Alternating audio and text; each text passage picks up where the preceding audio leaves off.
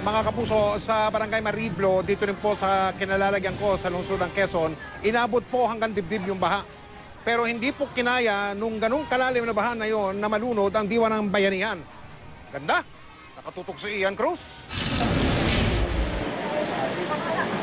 Umabot hanggang dibdib ang baha sa Bernardo Street sa Barangay Mariblo sa Quezon City kaninang umaga. Tubig mula sa umapaw na San Francisco River daw ang dahilan. Tinatayang 50 pamilya ang lumikas. Sobrang ano na po kasi, laki na po ng tubig, tapos may bata pa po kaming kasama.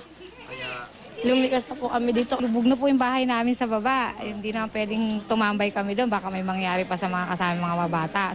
Ang problema, ang Barangay Hall at Daycare Center na evacuation center dapat ng barangay nalubog sa baha. Sa gitna nito, nabuhay naman ang bayanihan. Ang mga lumikas, pinatuloy ng mga nagbagandang loob na kapitbahay. Nakikiusap sa akin, hindi naman pwedeng tanggihan. Ang bahagi ng bubong ng bahay ng 60 anyos si Lola Evelyn nilipad. Pero isa pa rin siya sa tumanggap ng mga kalugar na lumikas. Yung awa na lang, dempre. Pilipino tayo hindi naman natin matiis. Iba kumakumari, mga kinakapatid. Kaya inaano namin yan sa loob. Aminado ang kapitana ng barangay, hirap sila kung bumabaha. Naipaalam na raw nila sa City Hall ang problema. Ayon naman sa ating City Mayor, pinag-aaralan at hindi naman ganun kabilis ang gumawa ng paraan. Marami ring puno na itinumba ang bagyong Glenda. Sa UP Diliman Campus, may mga nabuwal sa lakas ng hangin.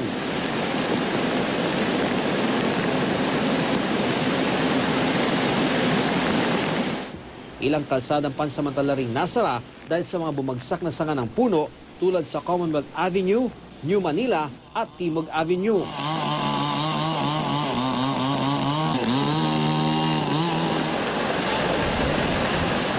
Sa Ross District sa Quezon City, nasa 30 pamilya ang agad na lumikas sa kasagsagan ng bagyo.